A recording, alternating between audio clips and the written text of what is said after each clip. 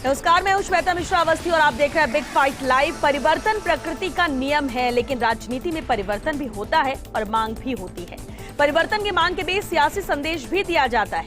CM Gehlot इन दिनों आगामी budget की तैयारियों में जुटे हैं और इस बार सरकार का फोकस युवाओं और महिलाओं पर है। राजस्थान में ओपीएस का एक बड़ा मुद्दा था, जिसे गहलोत ने लागू कर दिया है और एक बार फिर से 2023 में कांग्रेस की वापसी की हुंकार भरी है। आने वाले बजट में भी युवाओं महिलाओं के लिए अहम घोषणाएं होंगी और इसके लिए सरकार अभी से तैयारी में भी जुटी है। सुझाव मांगे जा रहे हैं, सरकार ने खाका भी तैयार कर लिया है। चलिए आज चर्चा इसी खास मुद्दे पर करेंगे।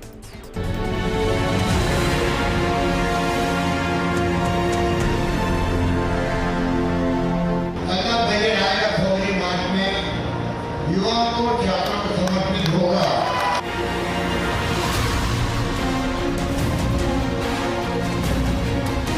और एक गाड़ी मैंने बोला और करने की नौकरी लगाना एक राजस्थान के लिए कितने राज्य कितने लोग लगा।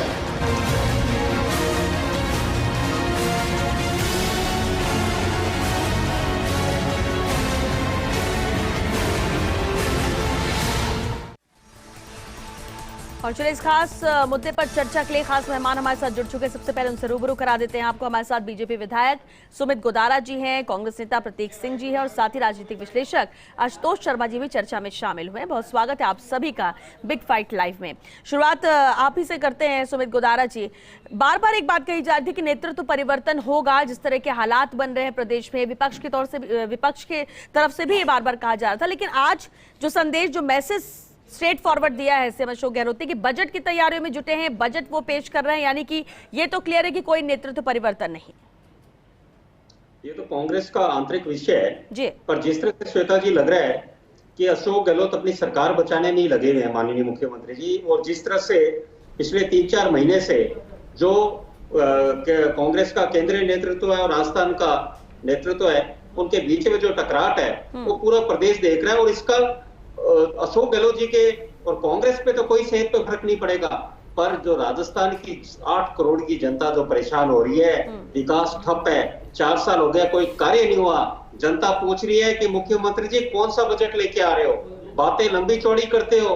पिछली बार भी आपने बजट लाए, 4 बजट आप लेके आए, 5वां बजट क्या विशेष होगा। चौथे साल आपने कहा कि हम पहली बार किसानों के लिए बजट लेके आ रहे हैं, कृषि बजट लेके आ रहे हैं। क्या लेकर आए कृषि बजट में? किसान आज भी गांव में कह रहे हैं कि साहब डिग्गियों का हमारे 5-5 साल हो गए डिग्गी खोदे हुए, उसका पेमेंट हमें नहीं आ रहा है। किसानों के लिए क्या किया? लाइटें गांव में किसानों के लिए नहीं मिल रही। आप कह रहे फीडर हम करेंगे, कनेक्शन देंगे, किसानों को लाइटें गांव में नहीं मिल रही है।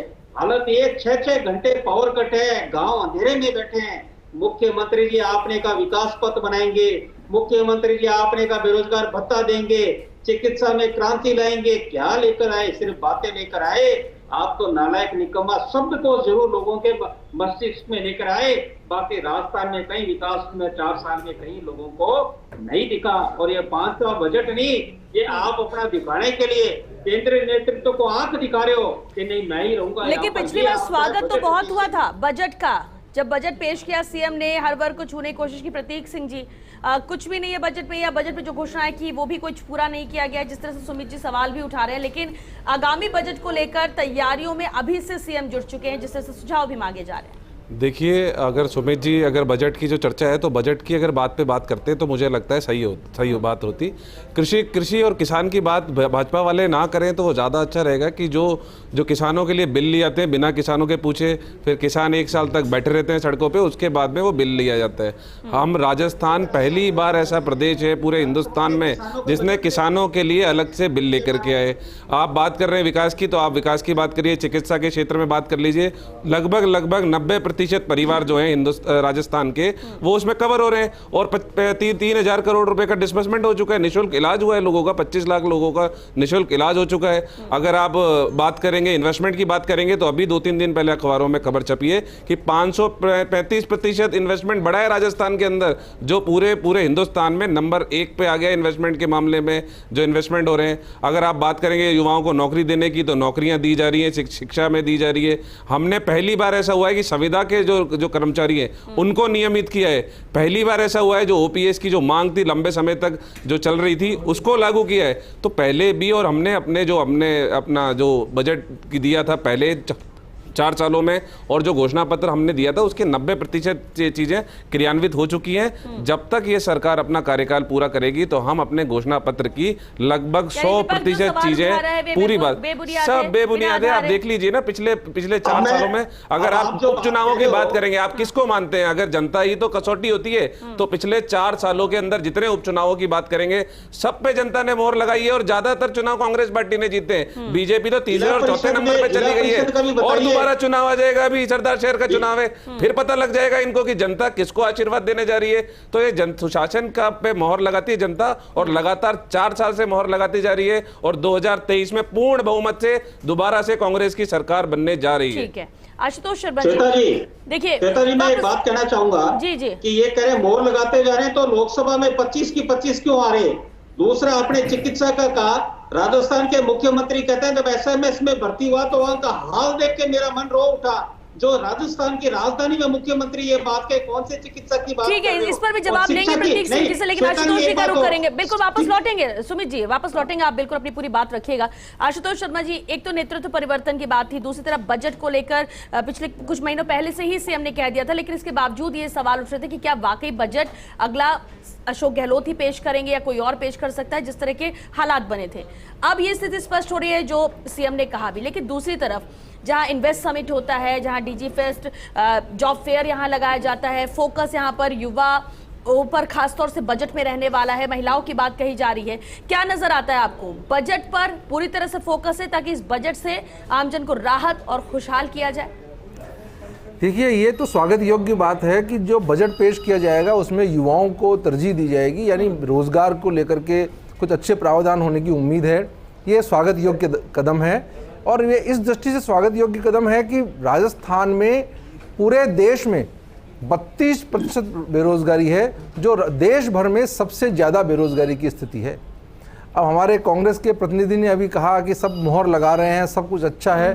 बिल्कुल ठीक बात है, चिकित्सा व्यवस्था अच्छी हुई है, कोविड में भी सब काम हुए हैं, लेकिन कोविड में कितने लोग मरे उसका आंकड़ा अभी तक सरकार ने तय नहीं किया है। 20,000 लोगों को, आश्रितों को सहायता दे दी है, और मरने वालों का आंकड़ा 8,000 बताया जा रहा है। ये कैसे होगा? और आप सबसे बड़ी बात, रोजगार, युवाओं की सबसे बड़ी समस्या रोजगार है। अब रोजगार के लिए पिछले बजट में 1 लाख भर्तियों की घोषणा की गई थी। भर्तियां हो रही है, लेकिन भर्तियां कितनी कंट्रोवर्शियल है, और इस कंट्रोवर्शियल भर्तियों के साथ में जो एक संविदा का पुट लगा दिया जाता है, ये एक नया ट्रेंड है, और ये कांग्रेस सरकारों के समय ज़्यादा हुआ है पिछले 20 साल में।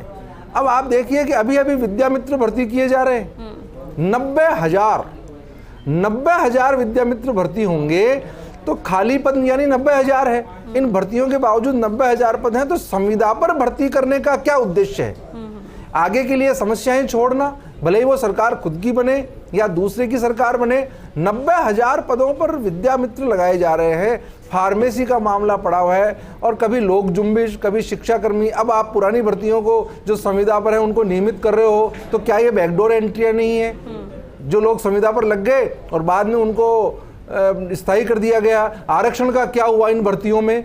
तो ये बिल्कुल ठीक बात है कि रोजगार है, वो साफ सुथरे रोजगार की व्यवस्था होनी चाहिए। आज राजस्थान में रोजगार के लिए बेरोजगार आंदोलन कर रहे हैं, उत्तर प्रदेश जाकर के आंदोलन कर रहे हैं, गुजरात में जाकर आंदोलन कर रहे हैं, फिर समझौते की बातचीत होती है या संविदा वालों को नियमित किया जाए। तो ये एक तरीके से समस्याओं को टालना है, और भर्ती करनी जरूरी है तो आप भर्ती करिए। और मैं उदाहरण दूंगा, बजट में आपने घोषणा की थी कि इंग्लिश मीडियम स्कूल आपने खोले, अच्छा काम किया, लेकिन 10,000 इंग्लिश मीडियम के टीचर्स की भर्ती होगी। उसके बाद में रीट हो चुकी है, एक रीट कैंसिल हो गई, दूसरी रीट फिर हो गई, लेकिन आपने 10,000 अंग्रेजी माध्यमों के टीचर्स को भर्ती करने का उसमें कोई योगदान नहीं दिया। किस पर होना चाहिए? बहुत सारी जो चीजें फोकस रोजगार पर, क्योंकि राजस्थान में देश में सबसे ज्यादा बेरोजगारी है।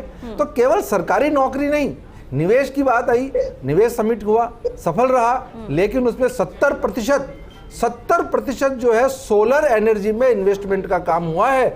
मैन्युफैक्चरिंग का काम, मैन्युफैक्चरिंग जिससे रोजगार पैदा होंगे, उसका आंकड़ा बहुत कम है। वो निवेश की आ रहा है, अच्छी बात है, सोलर में आ रहा है, ऑनगोइंग प्रोजेक्ट्स हैं, वो तो यहाँ की भौगोलिक स्थिति है, उसकी वजह से सोलर प्रोजेक्ट्स आ रहे हैं। उसमें सरकार भले ही वो कांग्रेस की हो या बीजेपी की हो, उससे कोई योगदान उसका नहीं है, वो प्रकृति का योगदान है। अब जहां तक आई बजट पेश करने की बात, बिल्कुल सही, लेकिन कांग्रेस में अभी सब कुछ ठीक ठाक कतई नहीं है। प्रतीक जी यहाँ बैठे हुए हैं, इनको ज्यादा जानकारी होगी। गुटों में गुट बन रहे हैं। केंद्र के पास जो आला कमान है और नए अध्यक्ष बने हैं, उनके पास मामला राजस्थान का पेंडिंग पड़ा हुआ है। पहली बार आला कमान ने कोई मीटिंग बुलाई, वो मीटिंग हो ही नहीं पाई। उसके बाद में कहा कि हम कार्रवाई करेंगे, कार्रवाई अभी तक नहीं हुई है। नए अध्यक्ष का इंतजार था, वो भी नहीं हुआ, लेकिन ठीक है, गवर्नेंस चल रही है। जी ने भी जो बात उठाई, और प्रतीक सिंह जी, इसका भी सवाल तो जनता भी जानना चाहती है कि एक तरफ तो बजट पर फोकस है, प्रदेश में बहुत सारे अगर पेंडिंग काम है उन्हें पूरा किया जाए, मैनिफेस्टो का भी कहा जा रहा है कि मैक्सिमम पार्ट कंप्लीट कर लिया गया, पूरा किया गया है, लेकिन ये 1 साल का वक्त है, इसमें भी पूरी तरह से 100% दिया जाए। एक तरफ ये, दूसरी तरफ दूसरी चीजें हैं जिनसे सरकार या कहें प्रदेश की कांग्रेस जूझ रही है। कैसे बैलेंस करेंगे? आशुतोष जी की बात का जवाब देता हूं कि CMIF की जो रिपोर्ट है, उस अक्टूबर में जो रिपोर्ट आई है, हर महीने आती है, तो उसमें हरियाणा नंबर 1 है बेरोजगारी पे, राजस्थान नहीं है। दूसरी बात दूसरी बात पे संविदा मैं बोलूँ, आप बोलिए ना अपनी बात, मैं बोलूँ। संविदा की अगर बात कर रहे हैं तो हम तो संविदा में और जगह नौकरियां दे रहे हैं, लेकिन भारत सरकार तो इंडियन आर्मी में के अंदर ही संविदा पे नौकरी दे रही है 4 साल की।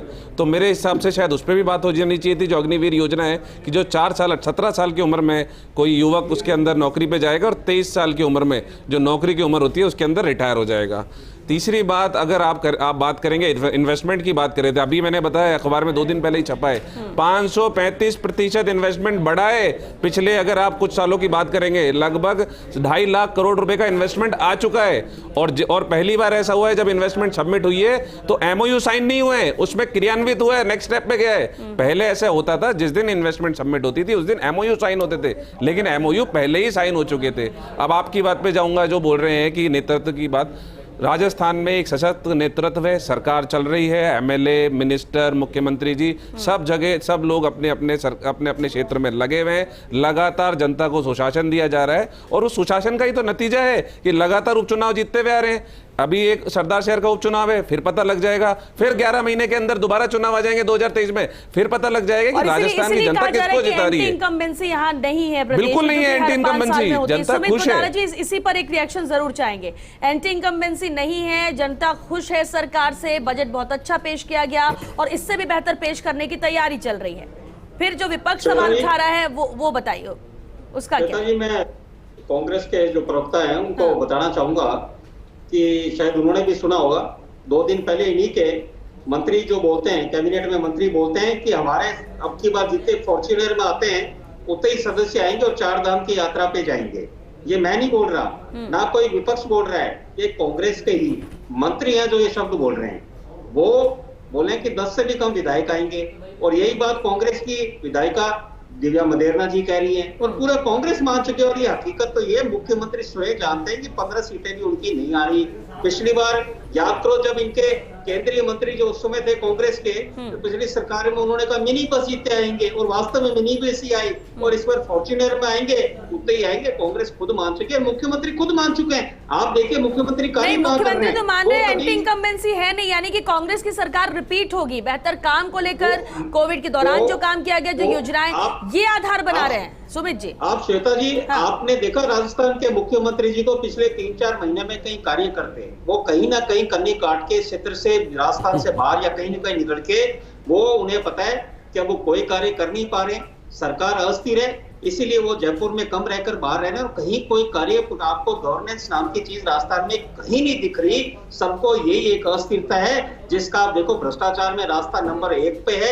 नौकरशाही से लेकर राजनेता सब भ्रष्टाचार में लिप्त हो रहे हैं, और राजस्थान की जनता त्राई करके कर रही है, और इतनी त्रस्त है कि अगली बार 175 से ऊपर सीटें भाजपा का देने का मानस बना चुकी है। ठीक है सुमित जी, मैं आपसे भी एक प्रश्न पूछना चाहता हूँ। आप बड़े राजनीतिक बात कर रहे हैं, जो अभी एक स्टेटमेंट आया है आपके प्रदेश अध्यक्ष जी का कि उपचुनाव कांग्रेस जीतती है, मुख्य चुनाव हम जीतते हैं, तो ये क्या आपने बिल्कुल सरेंडर कर दिया क्या आपने सरदार शहर में? सरेंडर भारतीय जनता पार्टी कभी नहीं, इस स्टेटमेंट का मतलब क्या है? आप ये जिला परिषद देखिए, राजस्थान का जो ग्रामीण चुनाव में वहां 19 में भारतीय अरे भाई, जनता मैं तो पार्टी आपको सिर्फ पूछ रहा हूँ, इस 19 स्टेटमेंट का मतलब क्या है? इसमें- सरदार शहर का मैदान छोड़ दिया क्या आपने? कहीं नहीं छोड़ा। भारतीय जनता पार्टी ने सरदार शहर में ऐतिहासिक जीत, भारतीय जनता पार्टी जीतेगी। जो उन्होंने तो यही कहा है कि उपचुनाव कांग्रेस जीतती है, चुनाव हम जीतते हैं। भारतीय जनता पार्टी सरदार शहर सीट सिर्फ 2008 में जीती, आज तक कभी नहीं जीती। और इस बार 2022 में उपचुनाव में जब जो नतीजा आएगा, 5 तारीख को जो वोटिंग होगी, कांग्रेस देखेगी कैसे चारों खाने चित कांग्रेस वहां पे सरदार शहर में होती है। मेरे विधानसभा के समीप क्षेत्र है लोन क्रंसर के सरदार शहर, और आप और हम बात करेंगे कि भारतीय जनता लेकिन पार्टी ठीक है, कैसे- आप कैसे- दावे कर रहे हैं। प्रदेश अध्यक्ष क्या कह रहे हैं? अभी आशुतोष जी ने भी बताया, कल ही वासुदेव देवनानी जी इसी टाइम पे इसी वक्त पर डिबेट में शामिल थे। उन्होंने कहा कि कोई फर्क नहीं पड़ता है क्योंकि 11 महीने के लिए रहेगा जो भी विधायक बनेगा, हम तो 2023 के लिए लड़ेंगे और 2023 में सरकार हमारी बननी है। तो ये कहीं ना कहीं नजर आता है कि शायद गंभीरता से नहीं है। मान चुकी है, क्या हाँ। फॉर्च्यूनर जीते आएंगे, मंत्री से विधायक खुद ही करें, ये तो इसमें तो विशेष समाप्त है 23 वाला। तो वो तो खुद कांग्रेस ने घुटने टेक दिए, मुख्यमंत्री खुद ही और कांग्रेस के सारे विधायक और मंत्री भी मान चुके हैं कि सरकार छोड़ो, डबल डिजिट में भी हम नहीं आएंगे। ठीक है, लेकिन बजट को लेकर क्या कहेंगे? पिछली बार भी जो बजट था, महीनों तक लोग पहुंचते रहे धन्यवाद देने के लिए क्योंकि इस तरह का बजट पेश किया गया था और उससे भी बेहतर देने की कोशिश अब है। बजट का ही जिक्र किया जा रहा है, बजट को लेकर ही सुझाव मांगे जा रहे हैं। आपको लगता है इससे कोई फर्क विपक्ष को, बीजेपी को प्रदेश में पड़ने वाला नहीं है इन चुनाव के दौरान? और सुमित जी, इसी में मैं जोड़ूंगा कि युवाओं को यदि बजट समर्पित होता है अगला, तो आपको कोई ऐतराज है क्या इसमें? अरे हम तो चाहे राजस्थान आगे बढ़े, पर सिर्फ बातों से नहीं, ऐतराज तो नहीं है ना आपको कोई इसमें? बैठकर मैं आपको बताता हूं, मुख्यमंत्री ने अनेक सड़कों की घोषणाएं 3 साल से लगातार कर रहे हैं, कई सड़क नहीं बनी। मुख्यमंत्री अस्पताल की बात, इलाज की बात कर रहे हैं। खुद ऐसे में जो राजस्थान की राजधानी है उसकी क्या हाल है? आप कौन सी की बात कर रहे हो? सिर्फ खोखले बातें, किसानों के लिए बातें, किसानों को लाइट नहीं मिल रही। स्कूलों में आपने शिक्षा की बात करी, महात्मा गांधी अंग्रेजी मीडियम स्कूल के कारण गांव में विद्यालय के सारे हमारे गांव में अध्यापक नहीं है स्कूलों में। ठीक है, यानी आप ये कह रहे हैं कि घोषणाएं बहुत की गई है, जमीनी स्तर पर कोई काम नहीं, सब कुछ हवा हवा है। प्रतीक सिंह जी, देखो क्या हाल है। प्रतीक सिंह जी, देखिए, इसी पर एक रिएक्शन। मुझे ऐसा लगता है जो विधायक साहब हैं वो सच से बहुत परे हैं। आप किसानों की जो बात कर रहे हैं, तो किसानों को तो रोडों पे बैठे हुए देखा है पूरे देश ने, तो किसकी सरकार में बैठे हुए थे? हमने अगर कोई बजट किसी को समर्पित होता है, आपने आज से पहले कभी देखा है कोई बजट के लिए कोई किसी से पूछा गया हो? ये पहली बार हमने परिपाटी डाली है। आप विधायक साहब आप चुप रहे, मैं बोलूं पहले? आपकी बात मैंने शांति से सुनी थी ना, आप तो आपकी बात मैंने शांति से सुनी थी, आप मेरी बात शांति से सुनिए पहले। आज से पहले कभी ऐसी परिपाटी नहीं रही कि युवाओं के लिए अगर बजट आ रहा है या महिलाओं के लिए बजट आ रहा है या किसानों के लिए बजट आ रहा है और उन्हीं वर्ग के लोगों से किसी तरीके से उनसे सुझाव मांगे गए। दूसरी बात मैं फिर बता देता हूं, ये बोल रहे हैं कि जनता को सुशासन नहीं दिया। पिछली वसुंधरा राजे जी की सरकार थी, उसके अंदर भी उपचुनाव कांग्रेस पार्टी ने लगातार जीते क्योंकि एंटी इनकम्बेंसी स्टार्टिंग से स्टार्ट हो गई थी। चाहे आप लोकसभा उपचुनाव देखिए, चाहे विधानसभा उपचुनाव देखिए, कांग्रेस ने जीते और उसके बाद में 2018 के अंदर कांग्रेस की सरकार बनी। अब उपचुनाव देख लीजिए क्योंकि सुशासन दिया है हमने, तो अब चुनाव देख लीजिए, कांग्रेस पार्टी ने जीता और कांग्रेस पार्टी 2023 के अंदर दोबारा सरकार बनाएगी। तो परिवर्तन की जो बातें कही जाती है आशुतोष जी, क्योंकि जो कुछ भी हुआ अभी पिछले कुछ महीनों की हम बात कर लें, प्रदेश कांग्रेस की बात करें या फिर आला कमान की बात कर लें, बहुत सारी चीजें इंसिडेंट्स ऐसे हुए जिसके बाद कई सवाल उठ रहे थे। आपको क्या लगता है इस स्टेटमेंट के बाद कि बजट की तैयारी है, बजट पेश करेंगे अशोक गहलोत, तो आपको लगता है कि इस लिहाज से कोई परिवर्तन नहीं है? हाँ, काम बेहतर करें या फिर योजनाएं लेकर आए या फिर बजट में अच्छी घोषणा कर दे, वो अलग बात है। देखिए, मुख्यमंत्री जी की जो वर्किंग स्टाइल है वो संदेश की राजनीति करते हैं और उस जो वो हर जगह दौरे कर रहे हैं और योजनाओं का शिलान्यास कर रहे हैं, या पहले ग्रामीण ओलंपिक के बहाने वो पूरे राज्य में दौरे किए उन्होंने, और अब जो बजट की वो तैयारी कर रहे हैं, तो संदेश वो यही देना चाहते हैं कि वही मुख्यमंत्री हैं, वही मुख्यमंत्री रहेंगे, बजट वही पेश करेंगे और आगे भी उन्हीं के नेतृत्व में चुनाव लड़ा जाएगा। लेकिन कांग्रेस की जो स्थिति अभी ऊहापोह की बनी हुई है, वो कांग्रेस कार्यकर्ता भी उससे हैरान है। पब्लिक में तो एक कंफ्यूजन है ही है कि पार्टी खुद कंफ्यूज है। सचिन पायलट आए दिन बयान देते हैं और अब तो 2 गुट नहीं है, पता नहीं कितने गुट हो गए हैं, गुट में गुट बन चुके हैं और कैबिनेट मंत्री अलग अलग बयान दे रहे हैं और अनुशासनहीनता की पराकाष्ठा है। जो प्रदेश अध्यक्ष कांग्रेस के हैं वो इस समय नोबडी हैं, किसी के खिलाफ कोई कार्रवाई नहीं, किसी को कोई नोटिस नहीं, सिर्फ बात कर रहे हैं, सब नजर हम रख रहे हैं। आखिर इस नजर का क्या होगा? यदि कांग्रेस को सबसे पहले इन बजट का लाभ लेना हो या कुछ आगे रिपीट की बात करनी हो, तो सबसे पहले इस ऊहापोह की स्थिति को समाप्त करना पड़ेगा।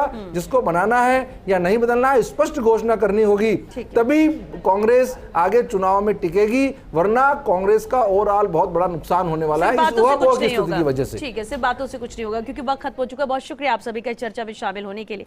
तो देखिए, इनकम्बेंसी नहीं है यहाँ पर, एंटी इनकम्बेंसी, लेकिन ये कांग्रेस कह रही है लगातार उपचुनाव जीत रहे हैं, जनता का आशीर्वाद मिल रहा है, बजट बहुत अच्छा आया, लगातार समर्थन जनता दे रही है। ये कुछ आधार और कुछ अहम फैसले और योजनाएं हैं जिसको लेकर कांग्रेस ये मानती है कि नहीं, हम एक बार फिर से सरकार 2023 में बनाएंगे, और इसलिए फोकस पूरी तरह से बजट पर है। लगातार सुझाव मांगे जा रहे हैं, महिलाओं और युवाओं को डेडिकेटेड ये बजट रहेगा, और नेतृत्व परिवर्तन की बात भी कहीं ना कहीं खारिज होती हुई नजर आ रही है, जिस तरह से अशोक गहलोत ने सीधे तौर पर यहाँ मैसेज दिया है। अब विपक्ष भी यहाँ पर दावे कर रहा है, लेकिन अब देखना होगा, इंतजार जरूर किया जा रहा है कि आखिर इस बार के बजट में और क्या कुछ बेहतर रहेगा, कैसे पिछले बजट से अच्छा होगा, जो दावे किए जा रहे हैं, जो वादे किए जाएंगे, वो कितनी जल्दी पूरा किए जाते हैं। प्रदेश की जनता इसका भी इंतजार कर रही है। चलिए, इसी के साथ बिग फाइट लाइव में आज के लिए बस इतना ही। नमस्कार।